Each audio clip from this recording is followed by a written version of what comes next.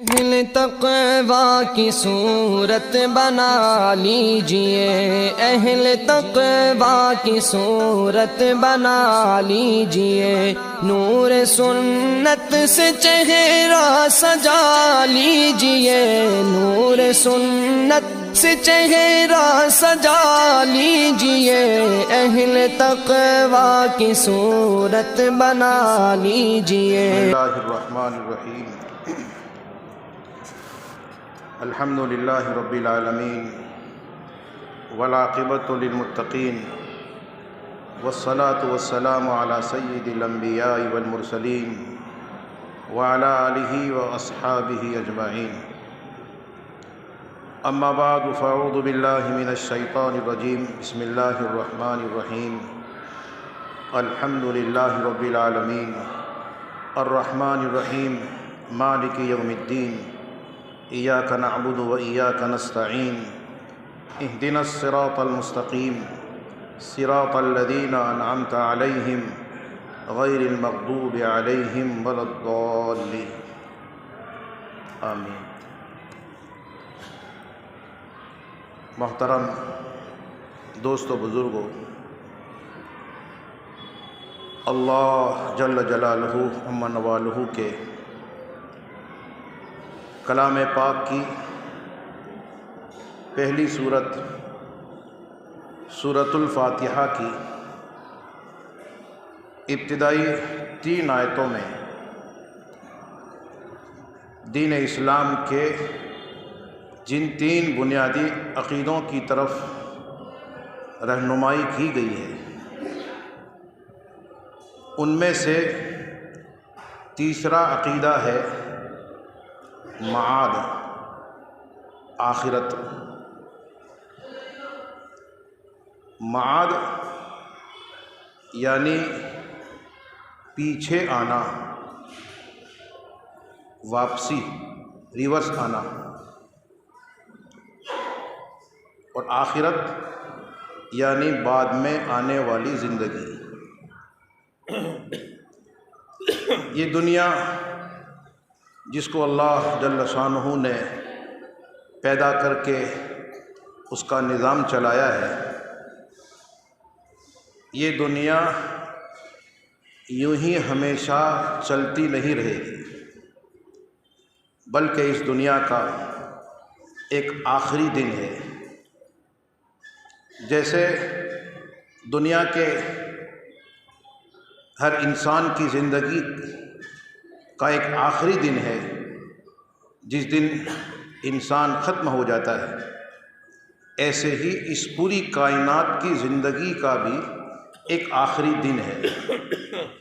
اس دن پر پہنچ کر یہ کائنات ختم ہو جائے گی۔ اس دن کو الیوم الآخر، دنیا کا آخری دن کہا جاتا ہے۔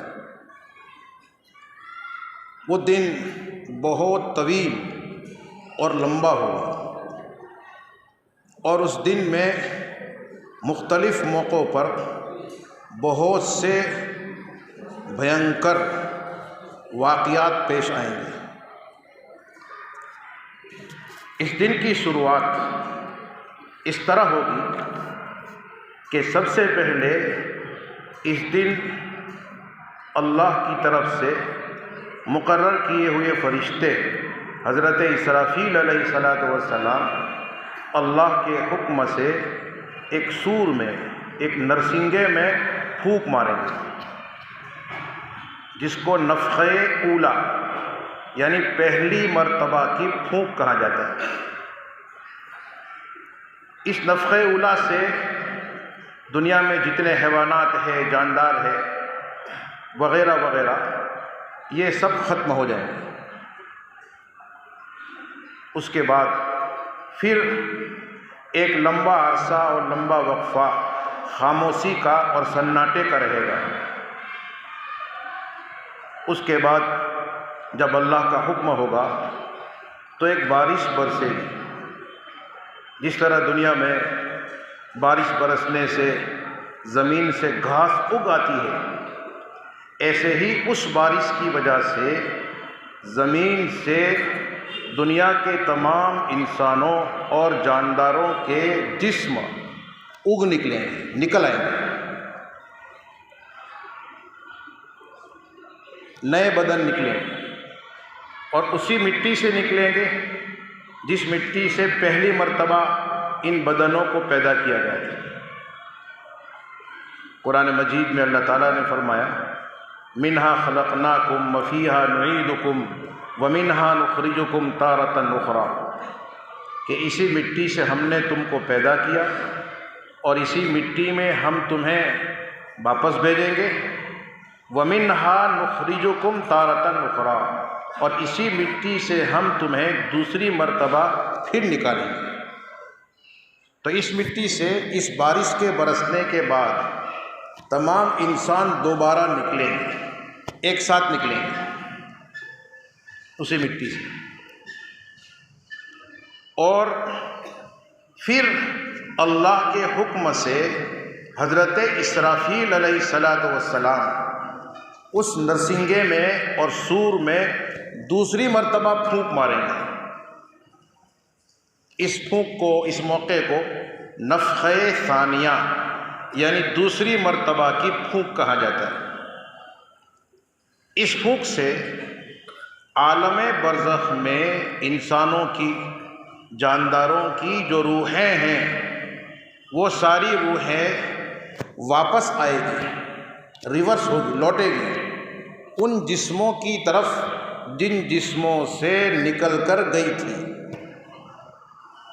اور وہ جسم تو بارش کے برسائے جانے سے زمین سے اگ نکلا ہے، آ چکا ہے، بن پڑا ہے، اور ہر روح اللہ کے حکم سے اپنے جسم کو پہچانتی ہوگی، اس لیے ہر روح اپنے ہی جسم میں داخل ہوگی۔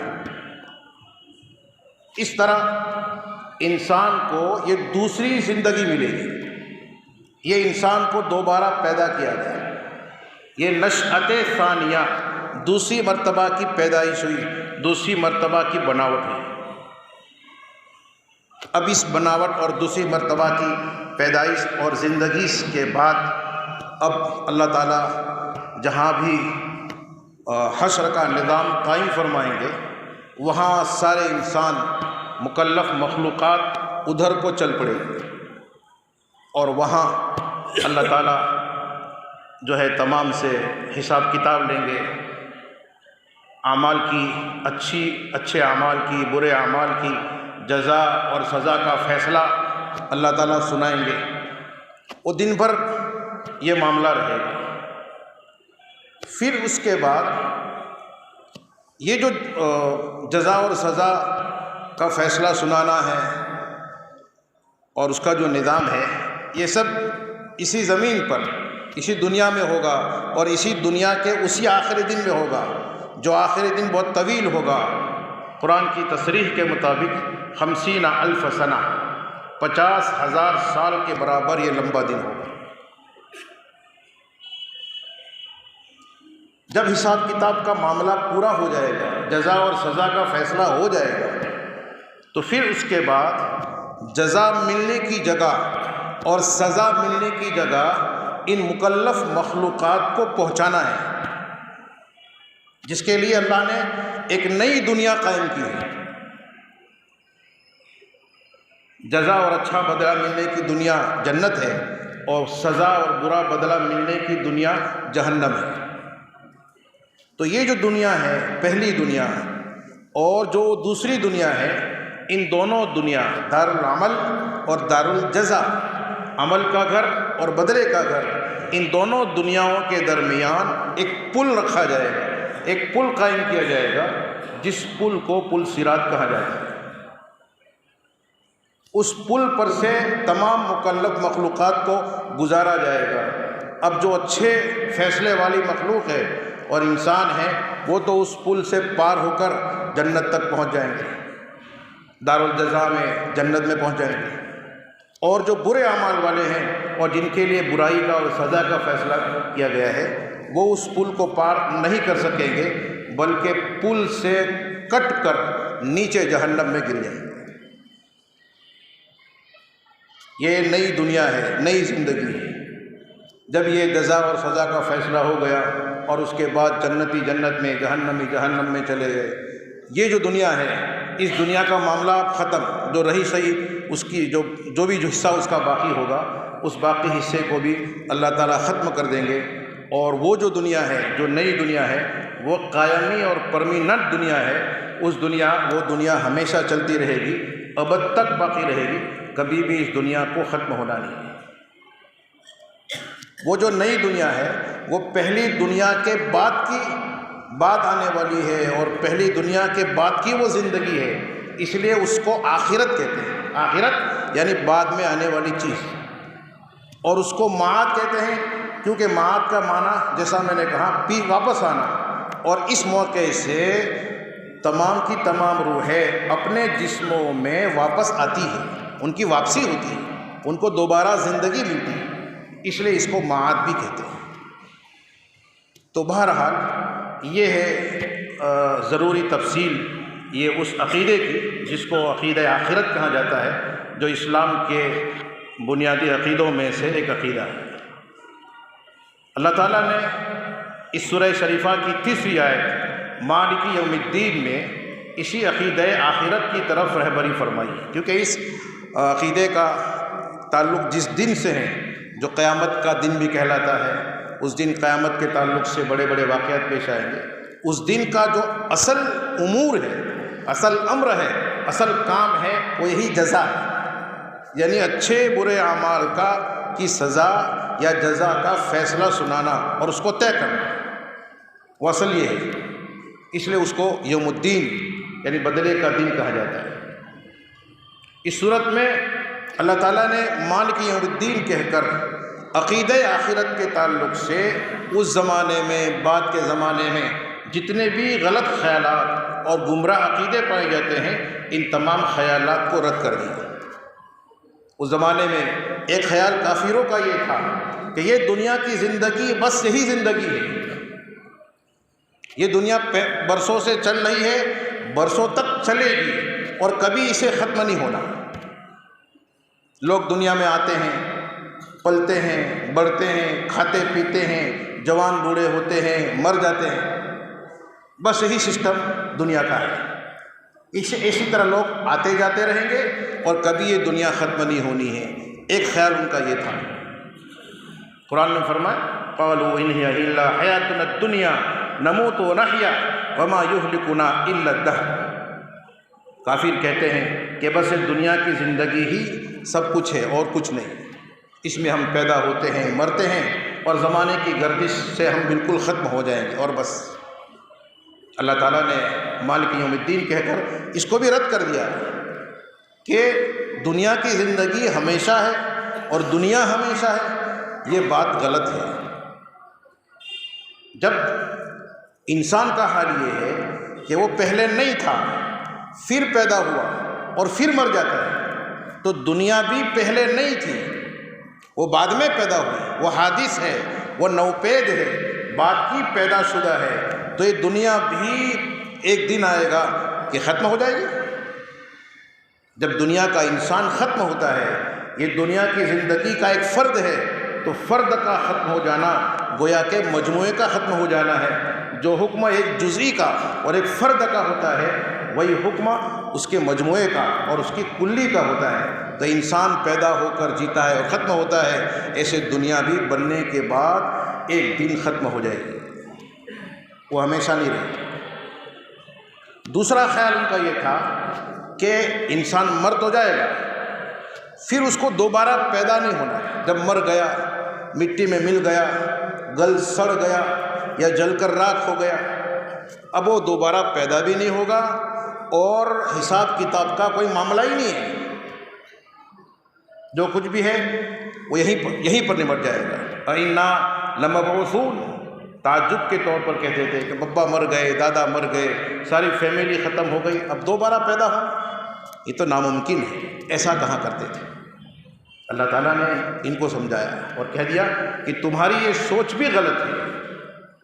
جب اللہ نے تم نہیں تھے اور پیدا کیا، پھر پیدا کرنے کے بعد تمہیں موت بھی دے گا، تو جو اللہ تمہیں نیست سے ہست کر سکتا ہے اور موجود کرنے کے بعد موت دے سکتا ہے، وہی اللہ یقیناً اس بات پر قادر ہے کہ تمہیں دوبارہ پیدا کر لے۔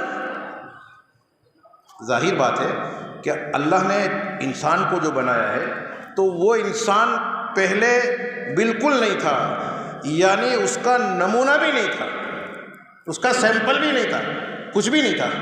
تو جس اللہ نے بغیر نمونے کے، بغیر سیمپل کے ایک بار پیدا کر دیا، وہ اللہ ایک مرتبہ سیمپل آ جانے کے بعد پھر پیدا نہیں کر سکتا؟ ضرور کر سکتا ہے۔ انسان چیزیں بناتا ہے تو اول وہلے میں چیز بنانا دشوار ہوتا ہے، لیکن ایک مرتبہ بن چکی، کسی ویگنانک نے، کسی سائنٹسٹ نے، کسی فلسفی نے کوئی چیز بنا دی تو ایک بار بنا چکنے کے بعد تو اب اس کا تجربہ ہو گیا، اب وہ دوسری مرتبہ آسانی سے بنا سکتا ہے۔ تو اللہ تعالیٰ قرآن میں سمجھا رہے ہیں، اور اللہ کے لیے تو پہلی مرتبہ کہ دوسری مرتبہ سب سیم ہے۔ اللہ تعالیٰ کہہ رہے ہیں کہ جب تم نہیں تھے، کچھ بھی نہیں تھے، تمہارا کوئی نمونہ اور سیمپل نہیں تھا، اور پہلی مرتبہ میں نے پیدا کر دیا ہے، اب سیمپل آ جانے کے بعد دوسری مرتبہ تو میں آسانی سے پیدا کر سکتا ہوں۔ کیف تکفرون باللہ وکنتم امواتا فاحیاکم ثم یمیتکم ثم یحییکم ثم الیہ ترجعون۔ اللہ کہتے ہیں تم اللہ کا انکار کرتے ہو، حالانکہ تم مانتے ہو، تم نے آنکھوں سے دیکھا کہ کنتم امواتا، تم نہیں تھے، فاحیاکم، اللہ نے تمہیں پیدا کیا، اللہ نے تمہیں زندگی دی، ثم یمیتکم، پھر تم کو مار بھی دیں گے، موت بھی دیں گے۔ تو جب تینوں حقیقتیں مانتے ہو، تم نہیں تھے، اللہ نے پیدا کیا، اللہ ختم بھی کر سکتا ہے، جب ان حقیقتوں کو مانتے ہو تو یہ بات بھی مان لو کہ ثم یحییکم، وہ پھر آسانی کے ساتھ تمہیں دوبارہ پیدا کر سکتا ہے اور کرے گا، ثم الیہ ترجعون، اور اسی اللہ کے حضور تمہیں حساب کتاب کے لیے حاضری دینا ہے۔ دنیا میں انسان امتحان کے لیے آیا ہے، آزمائش کے لیے آیا ہے۔ اللہ دیکھنا چاہتے ہیں کہ کون سا انسان اچھے عمل کرتا ہے اور کون سا انسان برے عمل کرتا ہے۔ جب امتحان کے لیے آیا ہے تو ظاہر بات ہے کہ اس امتحان کا رزلٹ تو آنا ہی ہے، حساب کتاب تو لینا ہے، اور رزلٹ آ کر جس کا جیسا رزلٹ ہوگا اس کے مطابق اس کے ساتھ معاملہ کرنا ہے۔ یہ انصاف کی بات ہے، یہ عقل کے مطابق بات ہے۔ اللہ تعالیٰ نے مالک یوم الدین کہہ کر عقید آخرت کی طرف اشارہ کرتے ہوئے کافروں کے ان خیالات کی تردید فرما دی۔ اس کے علاوہ اور بھی کچھ گمراہ عقیدے اس تعلق سے پائے جاتے ہیں، قرآن نے اس کو بھی رد کر دیا۔ ایک عقیدہ، ایک خیال ہمارے برادران وطن کا ہے، ان کا جو خیال ہے وہ یہ ہے کہ ان کا جو خیال ہے وہ یہ ہے کہ یہ دنیا ہمیشہ چلتی رہے گی، اور اس دنیا میں ہی انسان اپنے اچھے برے عمل کا بدلہ خود پا لیتا ہے، اور وہ اس طرح کہ ایک مرتبہ انسان مر جاتا ہے تو مرنے کے بعد اپنے اچھے برے اعمال کا بدلہ پانے کے لیے اسی دنیا میں وہ کسی دوسرے جاندار کی شکل میں جنم لیتا ہے، ایک بار نہیں بار بار جنم لیتا ہے۔ ان کے اس عقیدے کو اردو میں، عربی میں تناسخ کہا جاتا ہے، اور ان کی زبان میں آواگون یا آواگون کہا جاتا ہے۔ اس کا مطلب یہ ہے کہ انسان دنیا میں بار بار جنم لیتا ہے اور اپنے عمل کے حساب سے مختلف قسم کے حیوان اور جانور کی شکل میں، جاندار کی شکل میں وہ جنم لیتا ہے۔ جب آدمی مر جاتا ہے تو یمراج کے سپاہی اس کو یمراج کے پاس لے جاتے ہیں، یمراج اس کے عمل کا حساب کتاب لیتا ہے اور جزا اور سزا کا فیصلہ سناتا ہے، اور پھر وہ انسان اپنی جزا اور سزا پانے کے لیے دنیا میں دوبارہ آتا ہے کسی حیوان کی شکل میں۔ یہ ان کا عقیدہ ہے جو ان میں مشہور ہے۔ لیکن جو مذاہب و ادیان کے ماہرین ہیں، یعنی جن لوگوں نے مختلف دھرموں پر ریسرچ کی ہے اور مختلف دھرموں کی جو مذہبی کتابیں پڑھی ہیں، ان لوگوں نے وضاحت کی ہے کہ اگرچہ ہمارے برادران وطن اور ہندو بھائیوں کے یہاں فی الحال اور موجودہ زمانے میں کچھ سالوں سے یہ عقیدہ پایا جاتا ہے، لیکن ان کے مذہب کا اصل عقیدہ وہی ہے جو اسلام کا ہے، یعنی آخرت کا عقیدہ۔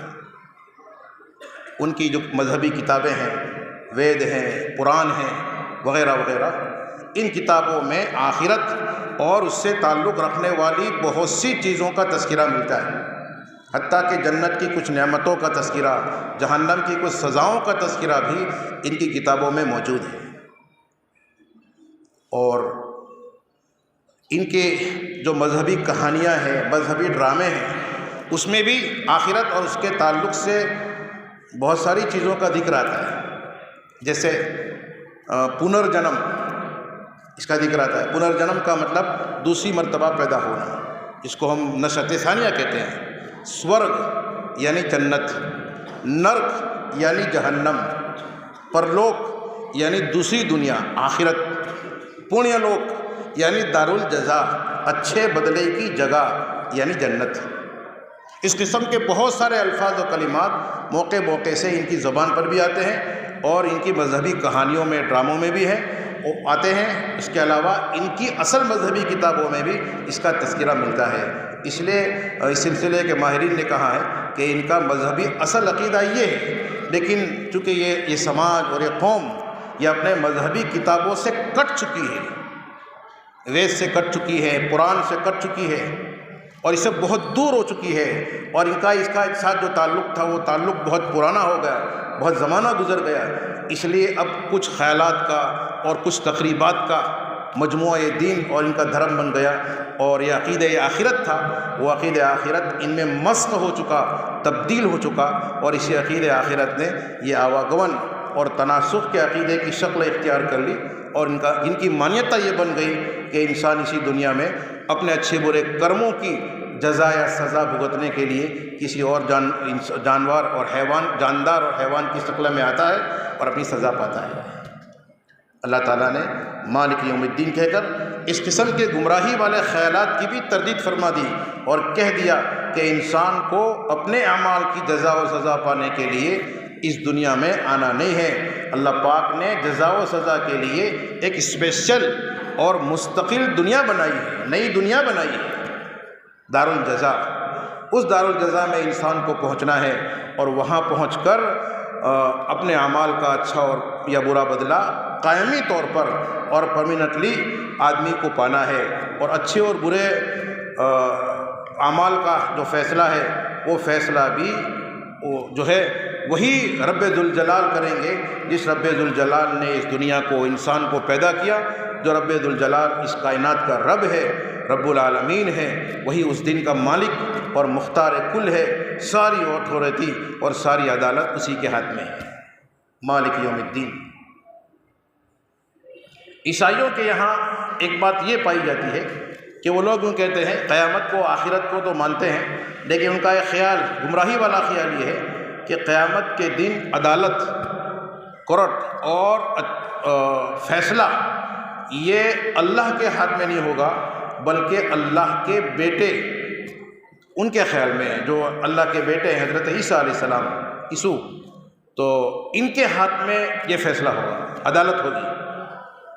یہ چاہیں گے تو کسی کو معاف کر دیں گے، اور یہ چاہیں گے تو کسی کو سزا دیں گے۔ اسی طرح عیسیٰ جو ہے اپنے نائبین میں سے جس کو بھی سونپیں گے ان کے ہاتھ میں بھی یہ حق اور اختیار ہوگا۔ یہ ان کا عقیدہ ہے۔ قرآن مجید نے مالک یوم الدین کہہ کر ان کی اس گمراہی کو بھی رد کر دیا کہ قیامت کے دن کا جو مالک ہے، مختار کل ہے، جس کو ہر قسم کی اتھارٹی ہے گناہ کو معاف کرنے کی، فضل فرماتے ہوئے مغفرت کرنے کی اور گناہ پر سزا دینے کی، عدل فرماتے ہوئے، یہ سب کی سب اللہ کے ہاتھ میں ہے، نہ عیسیٰ کے ہاتھ میں، نہ موسیٰ کے ہاتھ میں، نہ عیسیٰ موسیٰ کے نائبین کے ہاتھ میں، نہ کسی اور نبی یا کسی ولی اور فرشتے کے ہاتھ میں۔ یہ سب کچھ حق و اختیار صرف اور صرف اللہ کے ہاتھ میں ہے۔ وَمَن يَغْفِرُ الذُّنُوبَ إِلَّا اللَّهُ، قرآن کہتا ہے کہ گناہوں کی معافی تو اللہ کے سوا اور کون کر سکتا ہے، یعنی کوئی نہیں کر سکتا۔ خود قرآن مجید میں حضرت عیسیٰ علیہ السلام کی زبان سے اللہ پاک نے جو دعا نکلی تھی اس دعا کو نقل کیا ہے، اور اس راستے سے بھی ان کے اس غلط خیال کی تردید کی ہے۔ قرآن مجید میں حضرت عیسیٰ علیہ السلام کی دعا ہے، ان تعذبہم فإنہم عبادک وَإِن تَغْفِرْ لَهُمْ فَإِنَّكَ أَنْتَ الْعَزِيزُ الْحَكِيمُ۔ اللہ تعالیٰ کہتے ہیں کہ عیسیٰ علیہ السلام نے کہا، ان تعذبہم، خدایا اے رب پروردگار، اگر تو انہیں سزا دے، فإنہم عبادک، تو آپ کو تو اس کا بھی حق اور اختیار ہے، کیونکہ یہ آپ کے بندے ہیں، آپ کے بندے ہیں، آپ کی مخلوق ہے، آپ کی بنائی ہوئی چیز ہے۔ آپ ان کو سزا دینا چاہیں دے سکتے ہیں۔ وَإِن تَغْفِرْ لَهُمْ، اور اگر آپ ان کو معاف کر دیں اور بخش دیں تو یہ بھی آپ کا حق ہے اور آپ کو اختیار ہے۔ فَإِنَّكَ أَنْتَ الْعَزِيزُ الْحَكِيمُ، کیونکہ آپ زبردست ہیں، صاحب قوت ہیں، آپ ہی کی چلتی ہے اور کسی کی نہیں چلتی، اور آپ جو کچھ بھی کریں گے وہ حکمت کے مطابق ہی ہوگا۔ تو اللہ نے عیسیٰ علیہ السلام کی زبان سے کہلوا دیا کہ مغفرت کرنا یہ بھی اللہ کا حق ہے اور حق و اختیار ہے، اور گناہ پر سزا دینا یہ بھی اللہ کا حق و اختیار ہے۔ یوم الدین یعنی بدلے کے دن کا 100% مالک اور مختار کل ایک اللہ ہے۔ یہ ہمارے دین کا، دین اسلام کا یہ بنیادی عقیدہ ہے۔ اس عقیدے کی طرف اور توحید کی طرف اور رسالت کی طرف اللہ جل شانہ نے اس سورہ شریفہ میں اشارہ کیا ہے اور اس کی رہبری فرمائی ہے۔ جیسے قرآن مجید میں مختلف موقعوں پر مختلف انداز سے دین اسلام کے ان بنیادی عقیدوں کو بیان کیا گیا ہے، ایسے ہی اس باریکی اور گہرائی سے اللہ جل شانہ نے اس عقیدے کو اس موقع پر بیان کیا ہے۔ علامہ ایک بات اور رہ جاتی ہے، وہ یہ ہے کہ اللہ جل شانہ نے انسانوں کو ان کے اعمال کا بدلہ دینے کے لیے آخرت کیوں بنائی؟ آخرت بنائی، آخرت میں بدلہ دینا طے کیا۔ اگر اللہ تعالیٰ چاہتے تو اسی دنیا میں انسانوں کو پورا بدلہ دے سکتے تھے، جیسے دوسرے باطل عقیدوں میں ہے۔ آخرت کیوں بنائی؟ یہ عقیدہ آخرت کے تعلق سے ایک سوال تھا، علماء نے اس کی وضاحت کرتے ہوئے فرمایا کہ اللہ تعالیٰ نے انسانوں کو اچھے برے اعمال کا بدلہ دینے کے لیے جو آخرت بنائی ہے اور اس کی الگ دنیا اور الگ عالم بنایا ہے، اس کی بہت ساری وجہیں اور حکمتیں ہیں۔ ایک بات تو یہ ہے کہ اللہ تعالیٰ نے اپنے عدل و انصاف کے تقاضے سے یہ طے کیا ہے کہ فرما بردار اور نافرمان کے درمیان امتیاز کیا جائے، دونوں کے انجام میں فرق ہو، فرما بردار کو اچھا انجام ملے، نافرمان کو برا انجام ملے۔ اب اگر اللہ تعالیٰ اچھے اعمال کرنے والے کا پورا بدلہ اس دنیا میں دے دے، دولت بدلے میں دولت دے دے، صحت دے دے، سب کچھ نعمتیں دے دے، اور برا کرنے والوں کو ان کی برائی کا پورا بدلہ دے دے، غریبی دے دے، فقر و فاقہ دے دے، بیماریاں دے دے، وغیرہ وغیرہ، اگر یہ سب دنیا میں مل جائے تو ظاہر بات ہے کہ اس دنیا میں پھر انسان یہ سب کے سب نیکی کے راستے پہ چلیں گے، برائی کے راستے سے بچیں گے اور نیکی کے راستے پہ چلیں گے، لیکن یہ برائی سے بچنا اور نیکی کے راستے پہ چلنا یہ ایمان کی وجہ سے نہیں ہوگا، ایمان بالغیب کی وجہ سے نہیں ہوگا، اللہ کا حکم بجا لانے کی خاطر نہیں ہوگا، بلکہ یہ جو نعمتیں فلی طور پر 100% دنیا میں مل رہی ہے اچھے اعمال کی وجہ سے، ان نعمتوں کی لالچ میں اور ان تکلیفوں سے بچنے کے لیے انسان اچھے اعمال کرے۔ اور اللہ نے انسان کو امتحان کے لیے دنیا میں بھیجا ہے، آزمائش کے لیے بھیجا ہے، اسی لیے اللہ نے انسان کو احکام دیے ہیں، مکلف بنایا ہے۔ تو اگر یہیں پر نقد جو ہے وہ بدلہ مل جائے 100% بدلہ، تو پھر مکلف بنانے اور احکام لاگو کرنے کا جو مقصد ہے یعنی امتحان اور آزمائش، وہ مقصد امتحان اور آزمائش کا یہ باقی نہیں رہے گا۔ اس لیے اللہ پاک نے طے کیا کہ عمل کی دنیا اور ہو اور جزا اور بدلے کی دنیا اور ہو۔ اس دنیا کو عمل کی جگہ، فرض ادا کرنے کی جگہ، اپنی ڈیوٹی کو بجا لانے کا دفتر اور اس کی آفس بنایا، اور عمل کے لیے اللہ جل شانہ نے بدلے کے لیے اللہ جل شانہ نے ایک دوسری دنیا طے کی، تاکہ اس دنیا میں انسان کو عمل نہ کرنا پڑے بلکہ 100% وہ اپنے اعمال کا پورا بدلہ پائے گا۔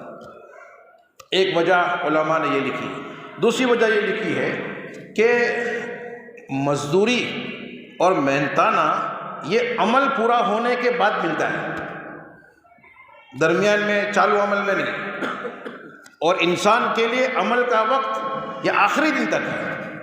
جب آخری دن تک اس کے لیے عمل کا وقت ہے تو ظاہر بات ہے کہ جب آخری دن پورا ہو اور عمل کا وقت ختم ہو، اس کے بعد انسان کو اپنے اعمال کا بدلہ ملنا چاہیے. اس لیے اللہ پاک نے انسان کے اچھے برے عمل کا بدلہ دینے کے لیے ایک نئی دنیا بنائی، آخرت بنائی، اور وہاں اس سسٹم کو قائم کیا. تیسری بات علماء نے یہ فرمائی کہ اچھا یا برا بدلہ دینے کے لیے اور اس تعلق سے فیصلہ کرنے کے لیے اعتبار خاتمے کا ہے. یعنی انسان کا خاتمہ اور انسان کی آخری زندگی کس حال میں ہے اس پر خاتمہ ہوتا ہے. اور ابھی خاتمے سے پہلے انسان کی حالت کون سی ہونے والی ہے وہ سامنے نہیں. حدیث شریف میں نبی کریم صلی اللہ علیہ وسلم نے فرمایا کہ ایک انسان زندگی بھر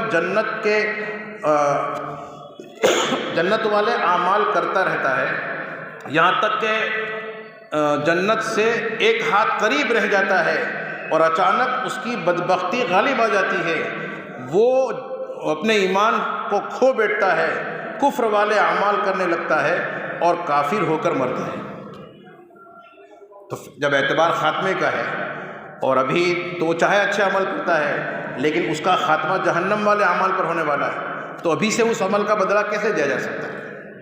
اسی طرح حدیث میں بھی فرمایا گیا کہ بسا اوقات انسان جہنم والے عمل کرتا ہے اور کرتا رہتا ہے یہاں تک کہ جہنم سے قریب ہو جاتا ہے، ایک ہاتھ باقی رہتا ہے اور اس کی نیک بختی اس پر غالب آ جاتی ہے، تو پھر وہ اللہ کی توفیق سے ایمان والا بن جاتا ہے، جنت والے اعمال کرتا ہے، اور ایمان کی حالت میں اس کی وفات ہوتی ہے، وہ جہنم کا حقدار بن جاتا ہے. تو جب اعتبار خاتمے کا ہے اور اس کا خاتمہ جنت والے اعمال پر ہوا ہے تو فی الحال اس کو کون سی سزا دی جائے؟ اس لیے علماء نے فرمایا کہ جب خاتمے کا اعتبار ہے اور خاتمہ ابھی ہمارے اور کسی کے سامنے ہے ہی نہیں، اس لیے ابھی یہ بدلہ دیا جانا کوئی معنی نہیں رکھتا. چوتھی بات علماء نے فرمائی کہ اگر ایمان والے کو اپنے اعمال کا بدلہ دنیا ہی میں دیا جائے تو ایمان والا نقصان میں رہے گا، گھاٹے میں رہے گا، کیونکہ دنیا تو چند روزہ ہے، عارضی ہے، اللہ نے طے کر لیا ہے کہ اس کو ختم ہونا ہے. تو اگر ان کے اعمال کا بدلہ دنیا ہی میں ملے تو ظاہر بات ہے کہ جب تک یہ دنیا رہے گی تب تک اس کو بدلہ ملے گا، وہ اپنے ثواب کو استعمال کرے گا، اور جب دنیا ختم یا انسان ختم تو پھر وہ اپنے اعمال کے ثواب سے اور اس کے بدلے سے محروم ہو جائے گا. مثال کے طور پر ایک انسان کی زندگی 100 سال کی ہے، یہ طے ہے. 15 سال کے بعد وہ نماز پڑھنے کا مکلف ہوا، اس نے نماز پڑھنا شروع کی تو 85 برس تک اس نے نماز پڑھی. اب 85 برس تک وہ اپنی نماز کا ثواب استعمال کرے گا. اس میں پہلے برس جو نماز پڑھی ہے اس کا ثواب 84 برس تک استعمال کرے گا، دوسرے برس جو نماز پڑھی ہے اس کا ثواب 83 برس تک استعمال کرے گا، یہاں تک کہ جو نماز اس نے آخری دن پڑھی ہے اس کا ثواب استعمال کرنے اور اس کا فائدہ اسے اٹھانے کے لیے صرف ایک دن کا موقع ملے گا. پھر وہ مر گیا تو اب اپنی نمازوں کا ثواب اٹھانے کا موقع اس کو نہیں ملا، فائدہ اٹھانے کا موقع نہیں ملا. اس کے بجائے اگر دنیا کی زندگی ختم ہونے کے بعد پھر بدلہ پانے اور اپنے ثواب کو استعمال کرنے اور اس سے فائدہ اٹھانے کا موقع دوسری دنیا میں دیا جائے، الگ جگہ میں الگ زندگی میں دی جائے، تو ظاہر بات ہے کہ ایک مسلمان بندے نے 85 برس تک جتنی نمازیں پڑھی ہیں، جتنے روزے رکھے ہیں، جتنے اعمال کیے ہیں، ان سارے اعمال، نمازیں اور روزوں کا ثواب وہ دوسری دنیا اور دوسری نئی زندگی میں وہ پہلے دن سے لے کر ابد تک ہمیشہ ہمیشہ اور قائمی طور پر وہ اس کے بدلے اور ثواب کو استعمال کرتا رہے گا. تو پہلی صورت میں یعنی جب دنیا ہی میں بدلہ دیا جائے تو انسان اور مسلمان گھاٹے میں رہتا ہے. اللہ تعالیٰ نے قرآن میں فرمایا ان الذین آمنوا وعملوا الصالحات لہم اجر غیر ممنون، کہ ایمان والے اور عمل صالح کرنے والے بندوں کو اجر ملے گا آخرت میں غیر ممنون. وہ اجر ایسا ہوگا کہ جو کبھی ختم نہ ہوگا. اللہ ایسا اجر دینا چاہتے ہیں کہ جو اجر کبھی ختم نہ ہوگا. اس لیے آخرت کے بدلے کو اور آخرت کے اجر و ثواب کو قرآن مجید میں خیر یعنی بہتر سے بہتر ایک نمبر کا اعلیٰ سے اعلیٰ کوالٹی کا اللہ نے فرمایا وَلَأَجْرُ الْآخِرَةِ خَيْرٌ لِلَّذِينَ آمَنُوا وَكَانُوا يَتَّقُونَ کہ ایمان والے بندوں کے لیے آخرت کا اجر و ثواب اور آخرت کا بدلہ یہ بہتر اور ایک نمبر کا ہے اور اعلیٰ کوالٹی کا ہے۔ اس طرح کی بہت ساری وجہوں اور حکمتوں سے اللہ جل شانہ نے یہ دارالعمل الگ جگہ کو بنایا، دنیا کو بنایا، اور دارالجزا یہ الگ جگہ کو بنایا، ایک جگہ کو عمل کرنے اور ڈیوٹی بجا لانے کا موقع دیا، اور پھر دوسری جگہ کو اللہ پاک نے بدلہ پانے اور نعمتیں حاصل کرنے کی جگہ بنایا، یا سزا پانے کا میدان اور اس کا موقع بنایا۔ یہ اللہ جل شانہ کی جو ہے اعلیٰ درجے کی جو حکمت ہے، مصلحت ہے، اس کے مطابق یہ اللہ تعالیٰ کی تقدیر اور اللہ تعالیٰ کا یہ نظام اور قائم کیا ہوا سسٹم ہے۔ یہ وجہ جو ہے علماء کرام نے بیان فرمائی ہے۔ علامہ راضی رحمۃ اللہ علیہ جو ہے ان آیتوں کی تفسیر کرتے ہوئے فرماتے ہیں کہ اللہ تعالیٰ نے ان تینوں آیتوں میں اپنی حمد و ثنا بیان کرتے ہوئے اپنے ایک نام کو اللہ کو اور اپنی تین صفات کو رب العالمین کو، الرحمن الرحیم کو اور مالک یوم الدین کو بیان کیا ہے۔ گویا دنیا کے انسانوں کو یہ بتایا ہے کہ اگر تم کسی کی حمد و ثنا اور اس کی تعریف و تعظیم کرنا چاہتے ہو اس وجہ سے کہ کسی ذات میں کمال اور مہارت پائی جاتی ہے، حسن اور خوبی پائی جاتی ہے، تو میری تعریف و تعظیم کرو، کیونکہ میں اللہ ہوں، یعنی میری ذات ایسی ہے کہ جو ہر قسم کے کمالات اور خوبیوں کو جامع ہے۔ اور اگر تم کسی ذات کی حمد و ثنا اور تعریف و توصیف کرنا چاہتے ہو اس بنیاد پر کہ اس سے تمہیں ماضی میں، بھوتکال میں تمہیں کوئی نفع پہنچا ہے یا حال میں کوئی نفع پہنچ رہا ہے، اس بنیاد پر کسی کی تعریف و تعظیم کرنا چاہتے ہو تو میری تعظیم و تعریف کرو، کیونکہ میں رب العالمین ہوں، یعنی میری ذات ایسی ہے کہ جس کا نفع تمہیں ماضی میں پہنچا ہے اور حال میں پہنچ رہا ہے۔ اور اگر تم کسی کی تعریف و تعظیم کرتے ہو اس بنیاد پر کہ اس سے تمہیں نفع پہنچنے کی امید مستقبل میں ہے، تب بھی میری تعریف کرو، کیونکہ میں رحمان الرحیم ہوں، یعنی میری ذات ایسی ہے کہ جس سے تم کو مستقبل میں نفع اور فائدہ پہنچ سکتا ہے اور پہنچنے کی امید ہے۔ اور آخر میں فرمایا کہ اگر تم کسی کی تعریف و تعظیم کرتے ہو اس بنیاد پر کہ وہ قادر مطلق ہے، وہ مختار کل ہے، جس کی وجہ سے تمہارے اندر اس کا خوف ہے، اس کی ہیبت اور اس کا ڈر بیٹھا ہوا ہے، تب بھی میری ہی تعظیم اور میری ہی تعریف اور حمد و ثنا بیان کرو، کیونکہ میں مالک یوم الدین ہوں، جو بدلے کا دن ہے، جو فیصلہ سنانے کا دن ہے، جو ججمنٹ کا دن ہے، جس دن مغفرت، جس دن اچھے عمل کا اچھا سے اچھلا اور پورا بدلہ دیا جائے گا، اور برے عمل پر چاہے تو سزا سنائی جائے اور چاہے تو فضل فرماتے مغفرت کی جائے، اس دن کا مالک اور مختار کل اور پوری اتھارٹی والا میں ہوں۔ میں جس کو چاہوں گا سزا سناؤں گا اور جس کو چاہوں گا یہ اس کی مغفرت کر دوں گا۔ اگر اس بنیاد پر تم تعریف کرنا چاہو تو میری تعریف کرو۔ غرض علامہ فرماتے ہیں کہ اللہ جل شانہ کی ذات عالی یہ ہر اعتبار سے اور ہر لائن سے حمد و ثنا کی مستحق اور اس کے لائق ہے۔ یہ بات اس سورہ صحیفہ کی ان ابتدائی 3 آیتوں میں اللہ پاک نے بیان فرمائی۔ اللہ تعالیٰ ہم تمام کو عمل کرنے کی توفیق عطا فرمائے۔ سبحان اللہ و بحمدہ، سبحانک اللہم و بحمدک، و نشہد ان لا الہ الا انت، نستغفرک و نتوب۔